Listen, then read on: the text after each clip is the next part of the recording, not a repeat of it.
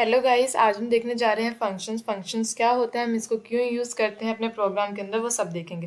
Function क्या होते हैं? एक टास्क होते हैं, ठीक है। एक छोटे छोटे टास्क होते हैं जिसको परफॉर्म करने के लिए हम फंक्शंस का यूज़ करते हैं। मेनली दो टाइप्स के होते हैं, user defined function and library function, ठीक है। हम इसको डिटेल में सारा समझेंगे। सबसे पहले देख लेते हैं फंक्शन को डिक्लेयर किस तरीके से करते हैं। सबसे पहले हम डेटा टाइप लिखते हैं, देन फंक्शन का name, then type. Data type यहाँ पे मैंने एग्जांपल में डेटा टाइप क्या है मेरी इंट। डेटा टाइप क्या है इंट, देन फंक्शन का नेम क्या है ऐड, एंड देन टाइप मैंने यहाँ पे ली है, ठीक है। आप आपकी मर्जी, आप यहाँ पे एक भी ले सकते हो, दो भी ले सकते हो, और चाहे तीन भी ले सकते हो, ठीक है। यहाँ पे मैंने एग्जांपल दिया, प्रोग्राम का एक छोटा सा ही पार्ट है, इसको बोलते हैं फंक्शन डेफिनेशन। फंक्शन डिक्लेयर किस तरीके से करते हैं, फंक्शन कॉल किस तरीके से करते हैं, वो भी मैं आपको समझाऊंगी प्रोग्राम के अंदर।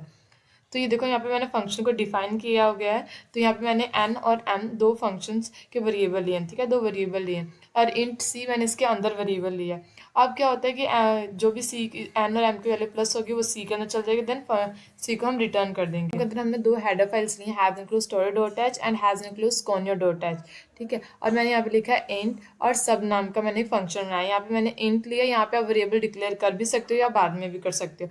हमारा जो जितने भी प्रोग्राम है उनकी जो स्टार्टिंग होती है वो मेन प्रोग्राम से स्टार्ट होता है। तो हमने सबसे पहले मेन प्रोग्राम अपना बनाया, उसके अंदर हमने एक इंट लिया, उसके अंदर वेरिएबल लिया है ए, जिसको मैंने वैल्यू दी है 10, और बी लिया जिसको वैल्यू दी है मैंने 40, देन सी, ठीक है, देन क्लियर स्किल लगाया। अब मैंने क्या किया, सी के अंदर मैंने ये कॉल किया अपने फंक्शन को, ये जिसको बोलते हैं फंक्शन डेक्लारेशन, ठीक है, फंक्शन को डिक्लेयर करना, ठीक है। पहले फंक्शन को डिक्लेयर किया है, और यहाँ पे मैंने फंक्शन को क्या किया है, कॉल।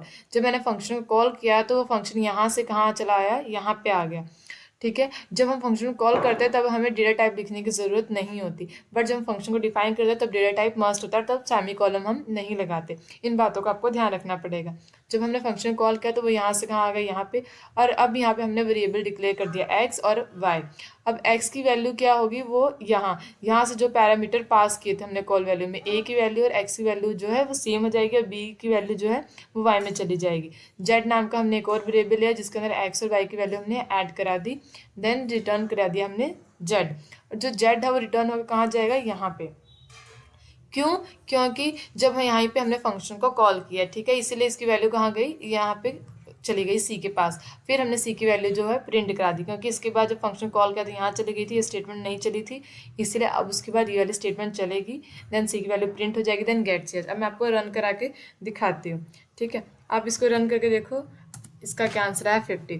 वो आपको ये समझ में लग गया होगा कि किस तरीके से वर्क करता है। आप कहोगे सिंपल एडिशन, इसको सिंपल भी कर सकते हैं। यस, हम सिंपल भी कर सकते हैं, बट यदि आप किसी कंपनी के बारे में जाओगे वहाँ पे आपको बड़े बड़े प्रोग्राम्स होते हैं जो एक बंदा हैंडल नहीं कर सकता। तब हम इसी तरीके से फंक्शन बनाते हैं जिसमें थोड़े टास्क जो है, इसको मॉड्यूल्स बोलते हैं, मीन्स अलग अलग पार्ट में डिवाइड कर देना, मीन्स ये काम कोई और करेगा, ये वाला पार्ट काम कोई और करेगा। इस तरीके से हम इस फंक्शंस का यूज़ करते हैं। होप आपको ये समझ में आ गया होगा फंक्शंस क्या होते हैं। यदि आपको मेरी वीडियो अच्छी लगी तो मेरी वीडियो को लाइक, शेयर एंड सब्सक्राइब करना मत भूलना। Thank you and bye bye friends.